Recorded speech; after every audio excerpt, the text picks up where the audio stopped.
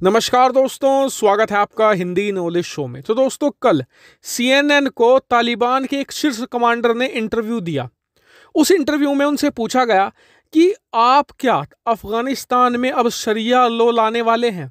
तो उस कमांडर का जवाब ये था कि जी, अफगानिस्तान में ही नहीं, आने वाले समय में हम पूरी दुनिया में शरिया कानून लाएंगे। इससे उन्होंने साफ कर दिया है कि तालिबान की भूख कभी मिटी नहीं है, ना ही तालिबान अफगानिस्तान तक रुकने वाला है। लेकिन ज़्यादातर एक्सपर्ट ये कह रहे हैं कि अभी कुछ समय के लिए तालिबान रुकेगा, क्योंकि उसे चाहिए ग्लोबल रिकॉग्निशन, यानी कि दुनिया भर के देश तालिबान की सरकार को मान्यता प्रदान करें। लेकिन आप सभी लोग धन्यवाद दीजिए भारत का, क्योंकि भारत ने कल ही संयुक्त राष्ट्र सुरक्षा परिषद की बैठक बुलवाई थी, क्योंकि भारत प्रेसिडेंट है।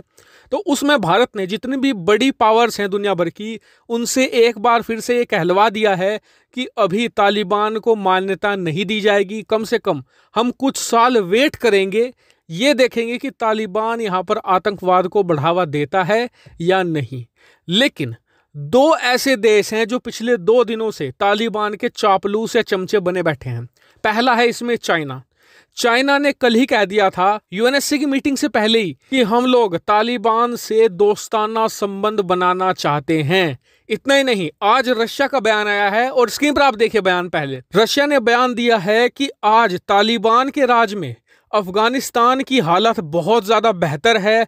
अशरफ गनी की सरकार से बेहतर स्थिति आज तालिबान के राज में है। यानी कि रशिया ऐसे कह रहा है जैसे रातों रात तालिबान ने अफगानिस्तान को स्वर्ग में तब्दील कर दिया हो। खैर, अब आप कहेंगे कि जी, ये दोनों देश तो इसलिए बयान दे रहे हैं क्योंकि ये इनकी स्ट्रेटेजिक जीत है, ये तालिबान के साथ दोस्ती बढ़ाना चाहते हैं। तो आपको बता दूं कि तालिबान पर इन्हें इतना ही भरोसा होता ना, तो अब से 2 दिन पहले रूस ने अफगानिस्तान की सीमा पर अब तक का सबसे बड़ा युद्धाभ्यास किया है। क्यों किया है? क्योंकि उसे पता है कि तालिबान का अगला निशाना बनेंगे ये सेंट्रल एशियाई देश। स्क्रीन पर आप देख सकते हैं।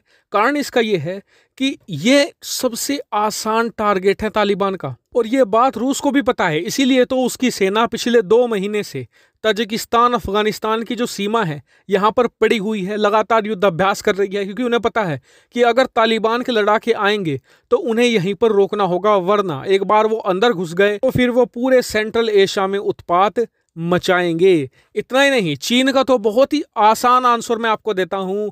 उइगर मुस्लिम्स जो शिंजियान के विद्रोही हैं, जो उइगर विद्रोही हैं, इनका बहुत अच्छे कनेक्शन बताए जाते हैं तालिबान के साथ में। इसलिए चीन के राष्ट्रपति ने भी अब से 15 दिन पहले बयान दे दिया था कि हमारी सेना को तैयार रहना होगा उइगर विद्रोहियों से लड़ने के लिए, क्योंकि अब उनकी ताकत बढ़ने जा रही है। खुलेआम उन्होंने बयान दिया था, उस समय मैंने इस पर वीडियो भी बनाई थी। वहीं चीन और रूस को जो सबसे अहम चीज पता है वो है जियोपॉलिटिकल चेंज। कल को अगर तालिबान ये कहे कि जी हम तो चीन को टारगेट करेंगे, तो जो चीन विरोधी देश हैं, क्या वो तालिबान के साथ नहीं आएंगे? क्या वो उसे पैसे हथियारों से सपोर्ट नहीं करेंगे? आप खुद मुझे कमेंट करके बता दो। वहीं रूस की बात करें, जब अगर कल को तालिबान ये कह दे कि जी हम तो रूस को टारगेट करेंगे पहले, अमेरिका 100% कल को ही तालिबान को सपोर्ट करने लग जाएगा। और इसे ही कहते हैं नेशनल इंटरेस्ट। हर देश आज की तारीख में दोस्ती यारी उससे पहले रखता है अपने राष्ट्रीय हित, और भारत भी अच्छी बात यह है कि अभी अपने राष्ट्रीय हितों को ही आगे रख रहा है। मैंने देखा कि कई लोग बड़ी बड़ी बातें कर रहे हैं कि जी भारत ने तो अपने जो एसेट्स थे अफगानिस्तान में गंवा दिए, भारत का इन्वेस्टमेंट डूब गया। कितना इन्वेस्टमेंट डूब गया भारत का? $3 बिलियन का डस्ट है भारत के लिए, धूल धूल बिल्कुल। हमारा विदेशी मुद्रा भंडार करीबन $621 बिलियन का है, और भारत ने जो $3 बिलियन इन्वेस्ट किए हैं, ये पिछले 20 साल में इन्वेस्ट किए हैं। पिछले 20 सालों में अफगानिस्तान के जरिए हमें कितना फायदा हुआ है, इसके बारे में तो आप सोच भी नहीं सकते, जो लोग ऐसी लंबी लंबी बातें कह रहे हैं। हालांकि आप अपना जेन्युइन ओपिनियन जरूर दीजिएगा कमेंट करके, साथ ही वीडियो को शेयर कीजिएगा और चैनल को सब्सक्राइब करना बिल्कुल मत भूलिएगा। Thank you very much for watching video.